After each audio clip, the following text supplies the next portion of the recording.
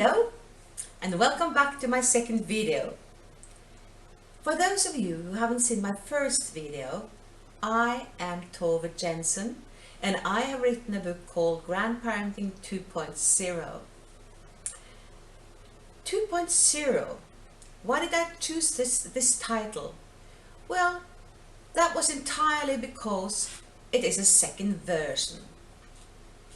A second version, you might say. How come are we not good enough as grandparents? Of course we are. It's not that. It's just that we have to wake up and smell the coffee. I mean, we cannot stop the high-tech development, and believe me, I don't want to either. I understand that all these new gadgets can seem overwhelming. You have MP3 station, you have video games, you have telephones, computers and tablets, and it is really overwhelming. And it's a jungle as well. But our grandkids often seem so familiar to all this. They're so clever and they understand everything. But instead of being afraid and negative towards all this stuff, we have really to embrace it. Let your grandkids show you the way. Tell them that they need to be patient about us. Tell them that there are so much new in all these things that you have to learn it slowly. Maybe you can give them some pocket money to be even more patient with you. And believe me, they will then. So, as everything else that surrounds us in the world, there are both negative and positive sides. Just think about the toddlers that master digital devices from a very early age. They need almost no instructions and act quite intuitively.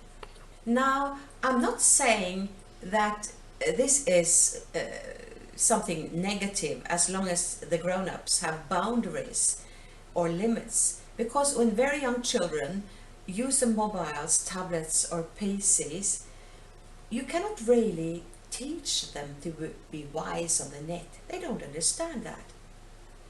The time they spend on such gadgets should be limited, even from a health perspective, which I'm going to focus on in my next video. Not long ago, a friend and I met and we went to a restaurant. We hadn't seen each other for ages and we looked forward to have a long chat. We had just ordered food when my friend leaned forward to me and said, "Look behind you, but don't make it too obvious."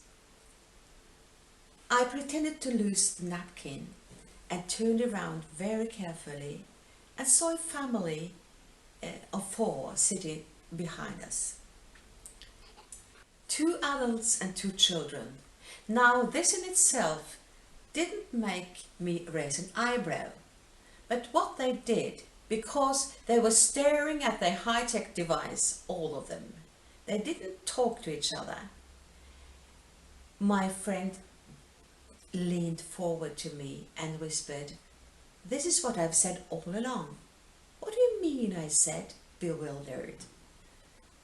"Well, people don't talk to each other anymore. It's just YouTube here, Snapchat there, and Instagram everywhere."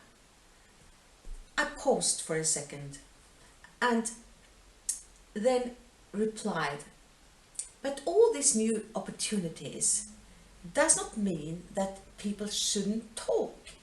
It just means that you have to be aware on where, when and how to use it. So please watch my video number 3. It's coming up.